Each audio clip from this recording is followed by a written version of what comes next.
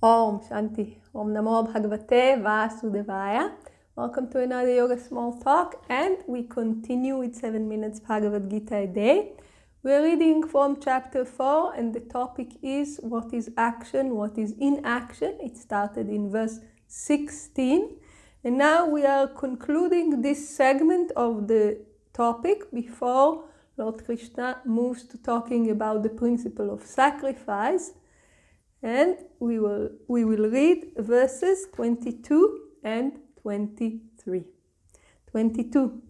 Content with what comes to him without effort, free from the pairs of opposites and envy, even-minded in success and failure, though acting, he is not bound. 23. To one who is devoid of attachment, who is liberated, whose mind is established in knowledge, works for the sake of sacrifice, for the sake of God, the whole action is dissolved. So Lord Krishna continues describing to us the qualities of a person who is truly inactive. This is a person who is in possession of the highest knowledge. Again, for our benefit, because it's difficult for us to relate to the idea in abstract. Lord Krishna is talking to Arjuna, who is still very much in a state of identification with the body, mind, and senses. So he's explaining to us what it looks like when we are not there. Content with what comes to him without effort. Again, like we said in the previous teaching, that when we discussed that without hope doesn't mean being depressed. Content with what comes to him without effort doesn't mean that this person is lazy. It means that the person does not consider himself as the one making the effort. I'm not the doer. And therefore, whatever comes does not involve my personal effort. And I will be ever content because whatever comes is the grace of the Lord. When there is no more karma, there is only grace.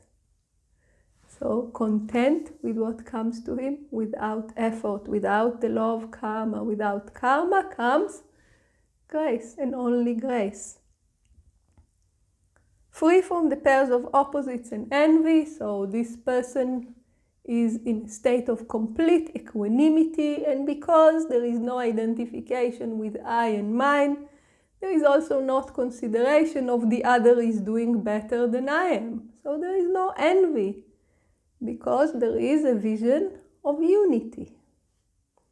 Even-minded in success and failure, again, the principle of equanimity. Though acting, he is not bound. Meaning, although he's very active, he can be the head of a huge ashram, he's inactive. There is no karma that is incurred. And for this person who is devoid of attachment, who is liberated, whose mind is established in knowledge, this person, for him the whole action is dissolved. Meaning, Swami Shivananda explains to us, he is free from the bonds of karma. So, whatever was supposed to come as a result of the action is completely dissolved. So this is the introduction, again, because we've seen it before, to the topic of action and inaction. Lord Krishna is demonstrating to Arjuna, you see, in order to really be inactive, it's not just going to the forest, not fighting.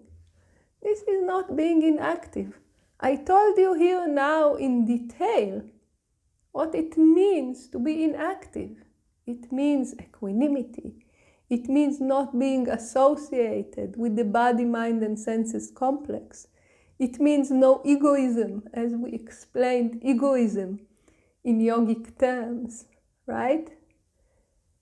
It means that the person is actually the highest karma yogi, because all they will be doing is to establish righteousness and dharma. And it means that there is no more karma. But this is a person of knowledge, not a person who is just not physically active. Okay?